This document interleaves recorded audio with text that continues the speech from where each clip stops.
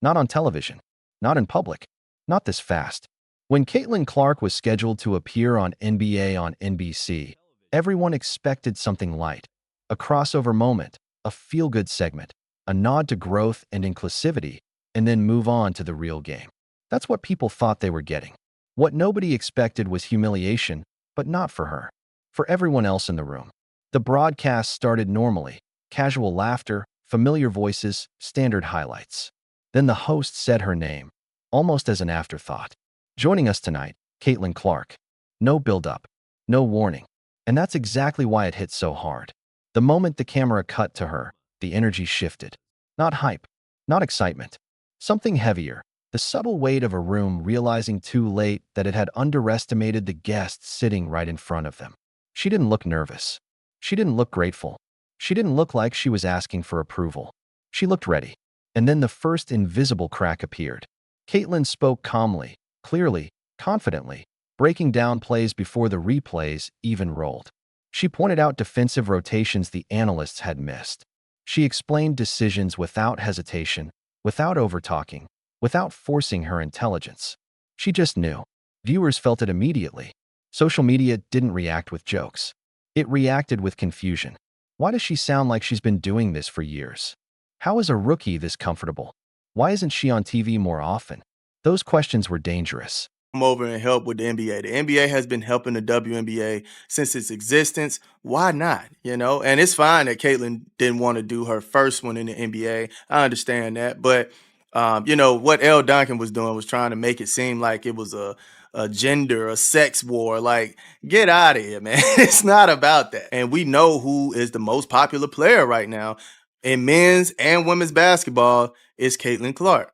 So it only makes sense to have Caitlin Clark over during events where you need help with the viewership, fam. Now, it was also announced that the president of NBC Sports ended up saying that he might want Caitlin Clark back more than that March 29th appearance that they already announced.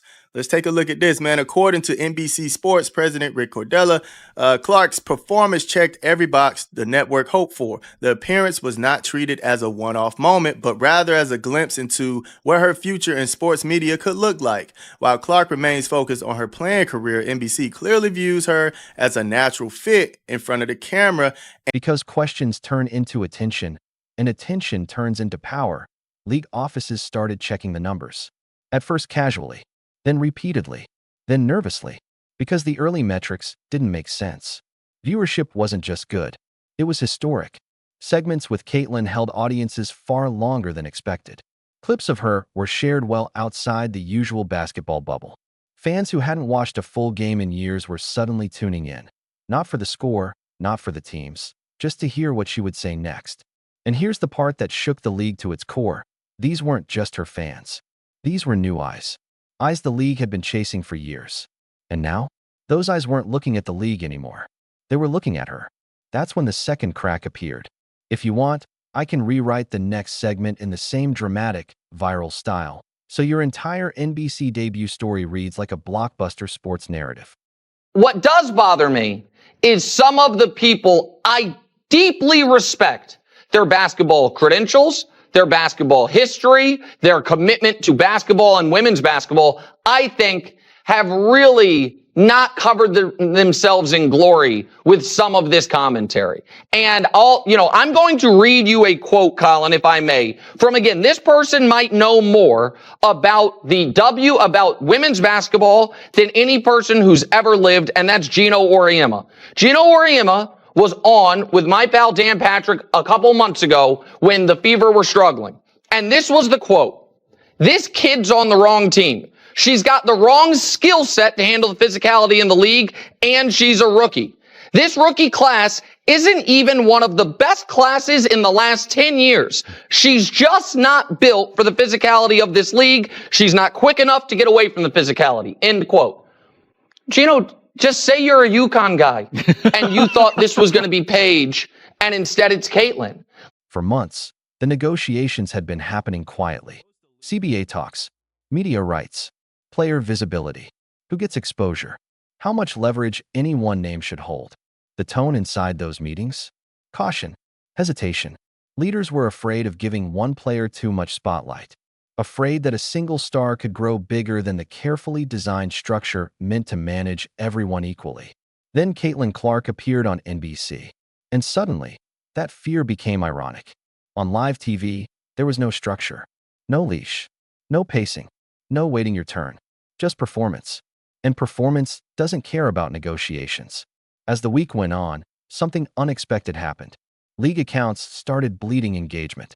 Not dramatically, quietly, a slow drop. And a drop that only accelerates when it's ignored. Meanwhile, clips of Caitlin Clark kept spreading faster than anyone could control. Other projects, other games that were supposed to be showcases, began struggling to hold attention. Numbers that once looked fine suddenly looked tiny next to NBC's audience. The comparison was brutal. One screen showing millions, the other barely keeping up. That's when panic turned internal. And panic isn't loud. It's quiet.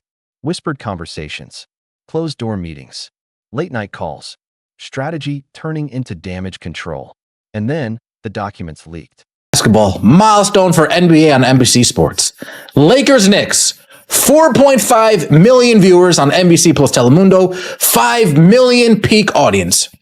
Most watched regular season Sunday night NBA game since 2002, excludes Christmas Day. Sunday night NBA games. Now, a Sunday night NBA, is that ABC included, or the ABC games Saturday night games from back in the day? Let me know in the comment section below. I believe there were some ABC Sunday night games, if I remember correctly. Most watched regular season Sunday game since 2018, all Sunday windows.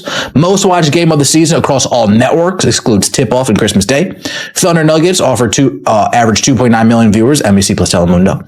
Sunday night basketball, 2-game average, 3.7 million viewers. Let's get into what the executives over there at NBC had to say. NBC Sports leadership weighs in. Rick Cordella spoke positively about Clark's debut. Not all of them said it outright, but enough hesitated. Enough to reveal fear of her leverage. Enough to show how badly the moment had been misread. Fans didn't need context. They filled in the blanks themselves. The story became simple. They didn't believe in her. And that's when old comments resurfaced. Things said months earlier, sometimes casually, sometimes dismissively. Statements that once seemed harmless now felt personal. Not because Caitlin Clark reacted, she didn't. She stayed silent.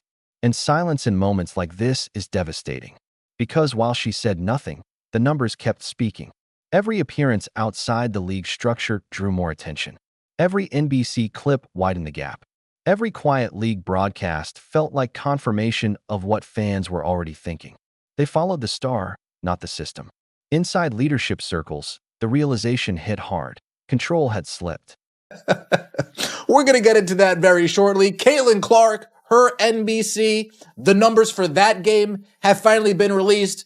The executives over there already speaking very highly of her. Is there a potential position in the future? Are they going to be expanding her role? More appearances to come? We're going to be talking about that as well. Let's get straight into it. Like the video, let me know your thoughts in the comments section below, and subscribe to the channel. That would mean so much to me. 21,490 people.